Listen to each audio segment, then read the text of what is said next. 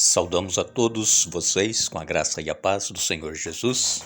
Ficamos felizes, agradecidos a Deus por mais uma vez podermos estar juntos para estudarmos a Bíblia. Somos agradecidos a Deus por Ele nos conceder estes momentos, nos conceder este dia de vida, e também agradecemos a todos vocês que estudam conosco a Bíblia diariamente, vocês que compartilham esses estudos com outras pessoas, a vocês que são inscritos no canal Hora Tranquila, que clicam no dedinho de joinha, e também agradecemos a vocês que oram pelo trabalho que fazemos aqui para que juntos possamos buscar de Deus a iluminação para entendermos a sua palavra. Queremos aqui mandar um alô especial para vocês que nos escrevem, dizendo de onde estão acompanhando os estudos. Mandamos um alô especial para a Hilda Pereira, é de Mauá, São Paulo. Mara, é lá do estado do Espírito Santo. Ana Maria Duarte é de Paraupebas, no Pará. Odete Maria é de Colniza, em Mato Grosso. Raimundo Henrique Alves é de Embu das Artes, São Paulo. Solange Terezinha de Souza é de Triunfo, no Rio Grande do Sul. E todos os demais que nos escrevem, nós agradecemos e mandaremos sempre um alô para vocês. Iremos orar. Senhor nosso Deus e Pai que estás nos céus, te damos graças por este dia de vida, por estes momentos que estás nos concedendo para estudarmos a Tua Palavra. Pedimos que o Teu Espírito Santo esteja presente na mente, no coração de cada um de nós, abrindo para o entendimento, nos ajudando, Pai, a entender e colocar em prática em nossa vida. Abençoa todos aqueles que nos escrevem, aqueles que estudam conosco, que passam por lutas, problemas, têm as suas necessidades, dê vitórias a cada um conforme a Tua vontade, em nome de Jesus. Amém. Nós vamos continuar aqui passeando, pelo livro de Gênesis. Estamos no nosso quarto estudo e estamos agora na arca. Estamos no dilúvio, estamos sobre as águas junto com Noé e a família dele. Sabemos que o dilúvio ele durou cerca de 40 dias e 40 noites, chovendo sem parar, muita chuva, e a água irrompia também do solo e tudo foi alagado. O mundo inteiro foi alagado por este dilúvio.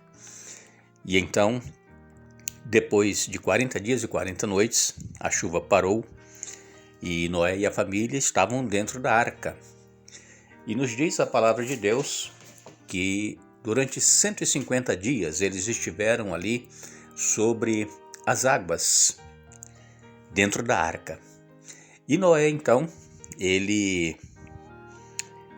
toma a decisão de soltar um corvo para ver se havia terra seca. Foi uma maneira que ele encontrou para descobrir se eles já podiam sair da arca. Nos diz aqui em Gênesis capítulo 7, versos 22 a 24, a palavra de Deus nos diz que todo ser vivo havia morrido no dilúvio, todo ser vivo, todos aqueles que não entraram na arca. Tudo que respirava e vivia em terra firme morreu.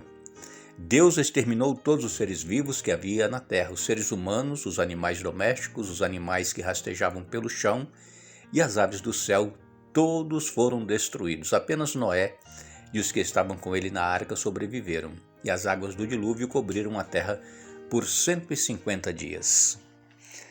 Gênesis capítulo 7, versos 22 a 24. Muito tempo Noé ficou na arca. Não foram só esses 150 dias, ficou mais tempo ainda até que as águas baixassem e Noé pudesse sair da arca juntamente com a família e os animais.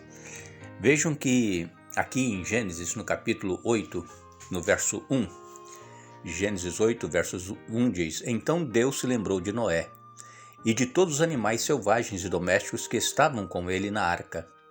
Deus fez soprar um vento sobre a terra e as águas do dilúvio começaram a baixar.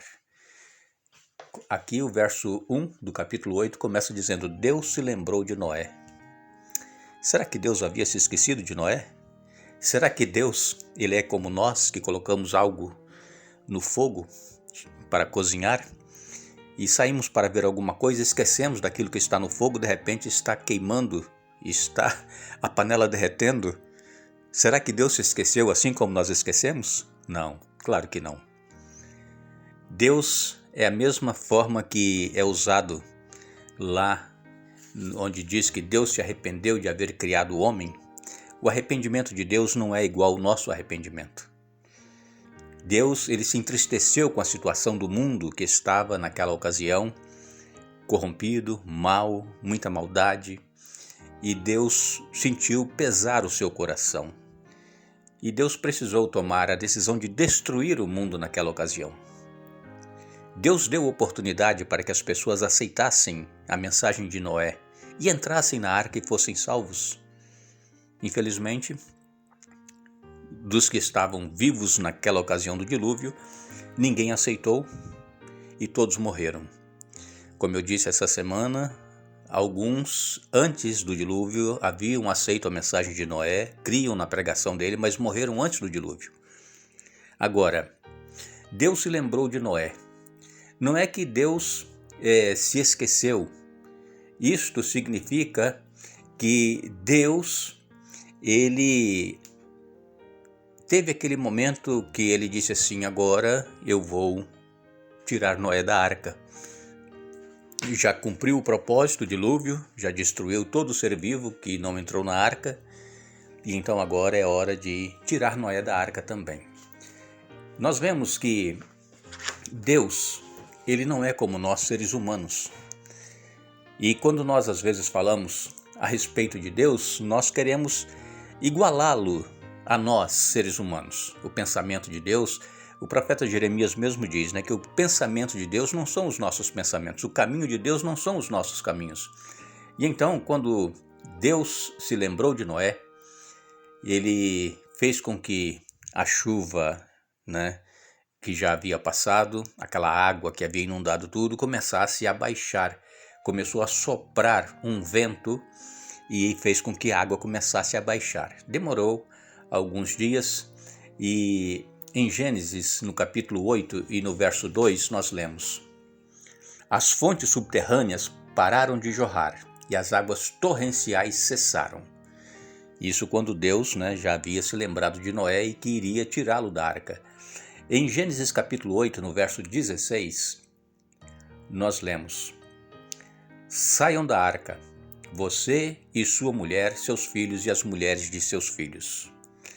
Então, antes que Deus desse essa ordem para que Noé saísse da arca, Noé primeiro soltou um corvo.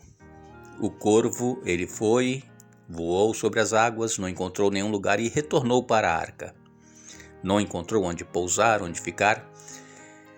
A água ainda estava cobrindo tudo. Depois Noé solta novamente um outro corvo e ele vai e retorna mais uma vez. Noé entendeu que ainda as águas estavam sobre a terra e que eles não ainda poderiam sair. Então Noé soltou uma pomba para ver se as águas tinham baixado e se porventura a pomba iria encontrar lugar seco onde ela pudesse ficar, onde ela pudesse pousar algum galho de alguma árvore que havia morrido também, todas as árvores. E então a pomba ela retornou e Noé, estendendo a mão, a tomou e trouxe para dentro. Então Noé esperou mais 7 dias, soltou a pomba novamente e quando ela voltou, ela veio com uma folha de oliveira no seu bico.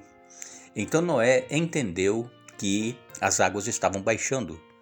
Agora, 7 dias depois, Noé solta novamente outra pomba e dessa vez ela não volta. E aí Noé entendeu que havia agora terra seca e que eles poderiam sair. Nós vemos que Noé, quando ele entrou na arca, ele tinha 600 anos. Agora ele estava com 601 anos de idade. E então Noé, ele levantou a cobertura da arca e ele viu que o solo estava praticamente seco. E então Deus disse a Noé: saiam da arca, você, sua família, seus filhos e as mulheres deles. Solte todos os animais, as aves, os animais domésticos e os animais que rastejam pelo chão, para que sejam férteis e se multipliquem na terra.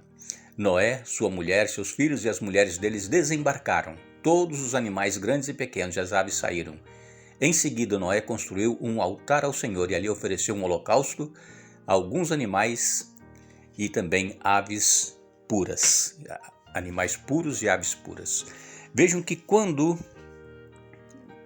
Deus chamou Noé para que ele construísse uma arca, Noé atendeu prontamente e ele construiu, obedeceu. E quando Deus disse para ele entrar na arca, eles entraram na arca quando já estava pronto. E agora, novamente, Noé, ele recebe a ordem de Deus para que ele saia da arca. Veja que Noé nunca fez nada sem ouvir antes a voz de Deus.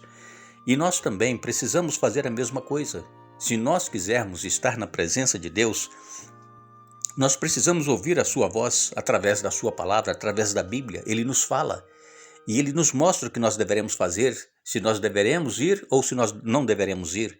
A Bíblia ela é clara em nos dar a direção, a orientação. Nós é que não buscamos na palavra de Deus a orientação para podermos fazer a vontade de Deus em nossa vida.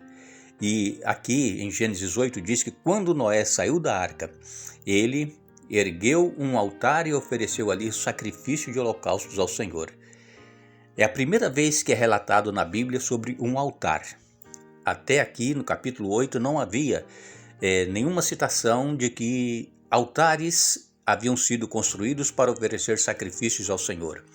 Mas aqui quando Noé sai da arca, é a primeira vez então que a Bíblia menciona que Noé erigiu um altar e ali ofereceu sacrifícios. Sacrifício de agradecimento pelo livramento. É o que nós deveremos fazer também. Nós somos guardados por Deus, nós somos protegidos por Deus cada dia, cada momento. Nós vivemos num mundo louco, nós vivemos num mundo que as pessoas não têm mais respeito por ninguém. Nós vivemos num mundo violento, num mundo onde você não pode sair com um telefone um pouco melhor, ou um relógio, ou um tênis de marca, que você é assaltado. E então Deus ele nos protege a cada momento, a cada dia. E nós temos que, antes de sair de casa, sempre orar a Deus, pedindo a proteção dele, pedindo que os anjos dele estejam conosco, nos guardando, nos livrando. E depois, quando nós retornarmos para casa, nós deveremos agradecer a Deus pelos livramentos que Ele nos deu. É um exemplo que nós temos aqui na palavra de Deus, que precisamos estar sempre em comunhão com Deus. Noé, ele só saiu da arca quando Deus disse a ele que ele poderia sair. Enquanto isso, Noé ficou dentro da arca aguardando a orientação de Deus. E então, mesmo quando Noé soube que já estava seguro para ele sair, ele ainda confiou em Deus e esperou o sinal antes de deixar a arca. E então, que nós possamos ter a certeza de que nós estamos ouvindo a voz de Deus em tudo quanto formos fazer, em todos os momentos.